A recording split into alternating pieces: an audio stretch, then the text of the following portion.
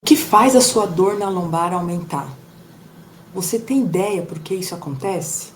Num dia você tá bem, no outro dia você tá mal. Na parte da manhã você acorda ok, com uma dor tolerável, suportável, num nível leve, e de tarde para noite essa dor já tá intensa, incapacitante, mais sofrida. Por que isso acontece? Nesse vídeo você vai descobrir 3 pontos que podem fazer a sua dor aumentar ao longo do dia ou ao longo da semana, ok? Fica comigo até o final que você vai descobrir.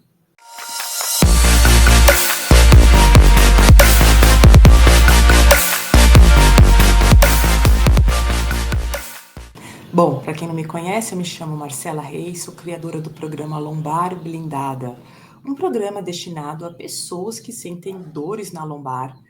Um programa que é para pessoas que sentem dor há mais de 3 meses, e além da dor, esse programa é destinado a pessoas que estão com uma incapacidade física grande, quer dizer, uma dificuldade de se movimentar, movimentos simples do dia a dia, sentar e levantar, permanecer deitado, permanecer sentado, caminhar, ou também que tem medo de se movimentar e agravar sua condição de saúde. Se você também tem interesse em um tratamento especializado direcionado para dor lombar, eu te convido a clicar no link que vou deixar logo abaixo desse vídeo aqui na descrição e aguardar. Dá uma olhada no questionário que você preencheu, nos dados que você preencheu logo abaixo, e se eu entender que o programa Lombar Blindada pode te ajudar, eu retorno o contato com você, tá certo? Que faz as dores na lombar piorar, se intensificar.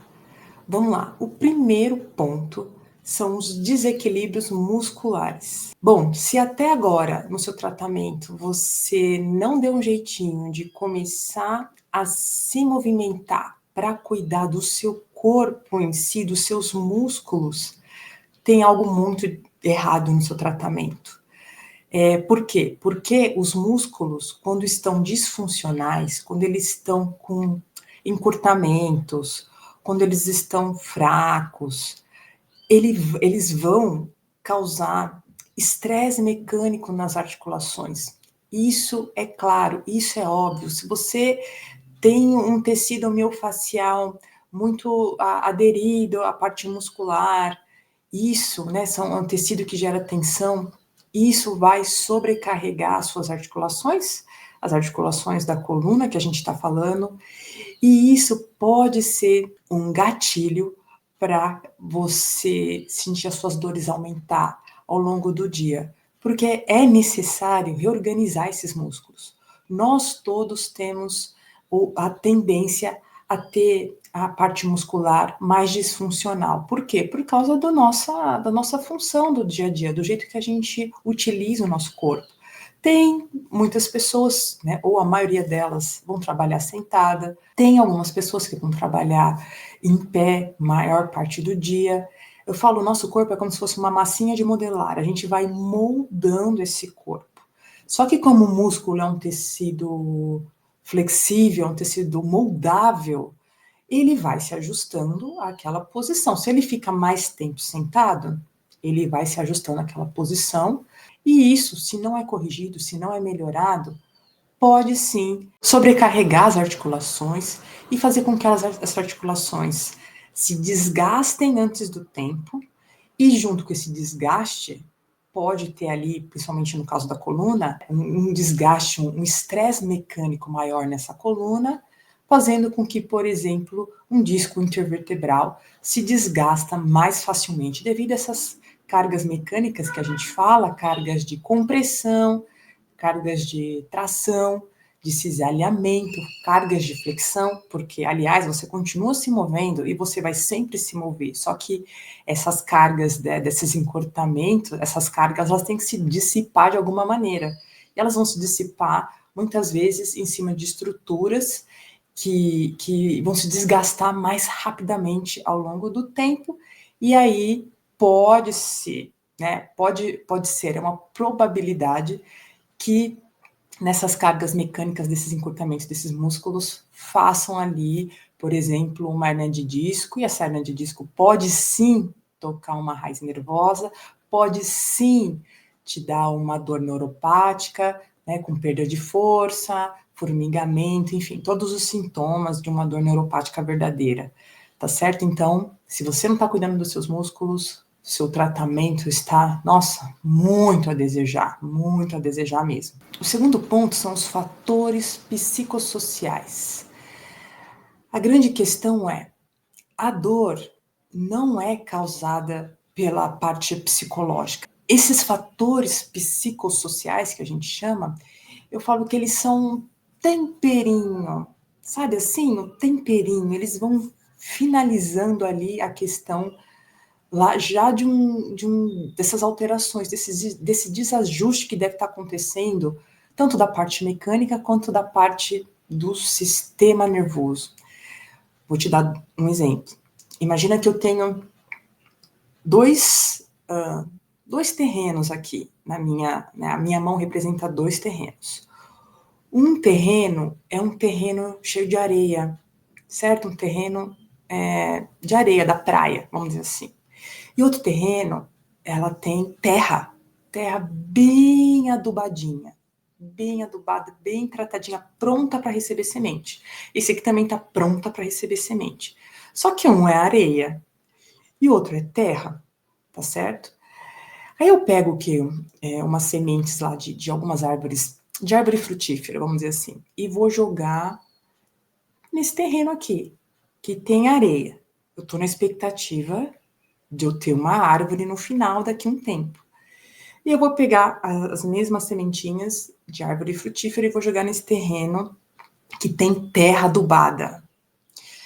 Quero que você me diga qual que vai ser mais propício, favorável a que essas sementes germinem e dê uma árvore. 5 segundos. Qual que você acha? Obviamente que o terreno com terra adubada vai fazer essas sementes germinarem, crescerem, desenvolverem até virar uma árvore. E esse que tem areia, muito provavelmente, pela sua condição, não vai deixar germinar. O que eu quero dizer com isso? Que existem, esse terreno, ele está representando o nosso sistema nervoso. Existem terrenos, existe o sistema nervoso, que ele é um pouquinho mais difícil, né, essa dor, né, essa experiência sensorial que é a dor, dessa dor se desenvolver, se aumentar, se cronificar, dela se tornar mais intensa, mais sofrida, dela se espalhar pelo corpo. Esse terreno de areia aqui, esse sistema nervoso que eu tô falando. Agora, existe um outro sistema nervoso, que é esse que eu representei como o terreno adubado, a terra adubada, que sim, é um sistema nervoso que está ali favorável, receptivo a aumentar a dor, a ter mais intensidade, essa dor se espalhar, essa dor se tornar mais sofrida, incapacitante, ok? Então, esses dois terrenos, esse sistema nervoso, a gente está falando de duas pessoas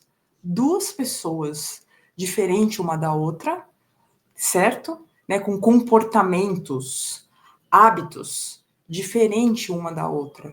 Esses fatores psicossociais que eu quero dizer, que eu falo, é a sementinha que a gente joga nesse terreno da terra fértil, da terra adubada. E eles vão fazer o que eu falei.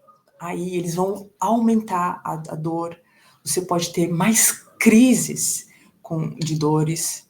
Né? Essa dor, ela poderia ser uma dor aguda. Lá no comecinho, lembra quando você começou a sentir dor nas costas? Lá, aquela dor aguda que dura menos de 90 dias. Ela poderia ter ido embora. Só que ela ficou e continua aí, ela se cronificou. Então, Por quê? Por causa desses fatores psicossociais. Talvez a sua dor aí esteja espalhada, ela já não está mais numa área pequena, talvez como lá no início, né? Às vezes é uma dor bem mais localizada, agora hoje não.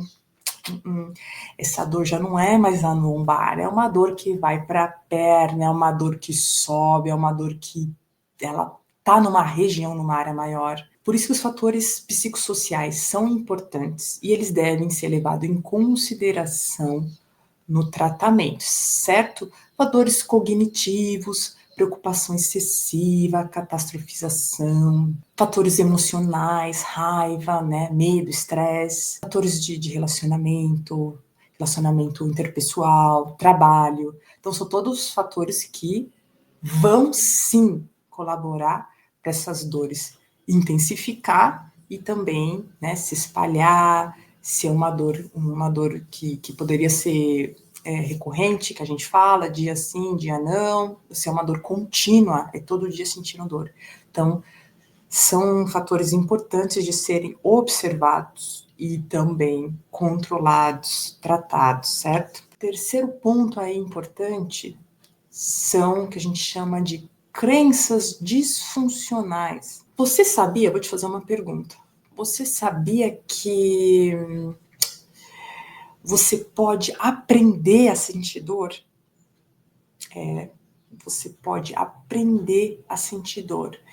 E não necessariamente esse aprendizado, ele vem com a sua experiência. Ele pode ser aprendido com, né, por isso que eu estou falando de crenças, com conceitos e informações, notícias do nosso mundo externo, né? De coisas que a gente vê, de coisas que a gente assiste, de coisas que falam pra gente, e a gente pode aprender a sentir dor, né? Experienciar dor com essas informações. Por exemplo, se você já ouviu que certo movimento é perigoso, que você, ou você já foi orientado, né, que não pode jamais fazer, dobrar a coluna, por exemplo. Tudo isso são coisas que você aprendeu, né? Você recebeu essa informação, você internalizou essa informação,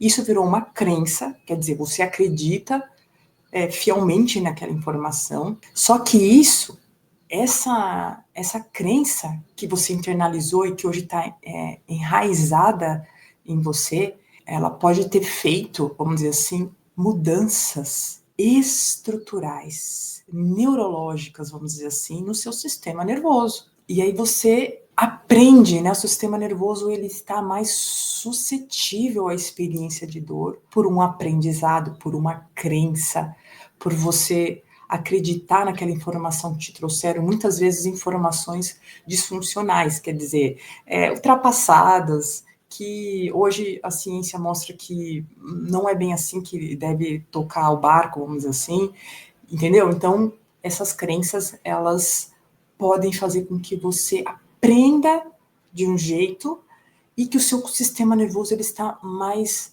suscetível, que podem ter ocorrido micro alterações no seu sistema nervoso, alterações que a gente não tem nem ideia, que não é detectável com o exame, porque a galera gosta dos exames, né? Fazer uma porrada de ressonância, porque tá doendo agora, vamos fazer mais uma ressonância, eu já fiz há 2 meses atrás, a gente faz mais uma. Não, são alterações que não são detectáveis, né? Algumas são, as macro alterações são detectáveis, mas as micro, imperceptíveis. A gente está falando de sistema nervoso, que é um lugar que a gente não pode fazer exames, vamos dizer assim, né? Não posso fazer uma biópsia, eu vou machucar, vai ser pior. É difícil muitas vezes fazer o processo oposto, né, de olha, não é bem assim que funciona, não é desse jeito, não é exatamente assim. Fazer esse processo de tirar essa crença, às vezes, um pouquinho difícil. É isso. Se você gostou desse vídeo, eu peço para você dar um joinha nesse vídeo, para essa informação, o YouTube entender que isso é um conteúdo relevante, que pode ajudar mais pessoas que estão passando por um processo de dor na lombar. Depois, compartilha. manda aqui pelo WhatsApp, né? Bota aí na setinha, compartilhar no WhatsApp com alguém que está passando por uma situação dessa, está ali em processo de tratamento, mas o tratamento ainda não está tão completo como deveria estar. E se você quiser receber vídeos novos toda vez que eu posto, se inscreve no canal, ativa a sinetinha para receber, ficar sabendo, ser alertado que um vídeo novo entrou aqui no canal, tá certo? É isso, a gente se vê no próximo vídeo. Até lá!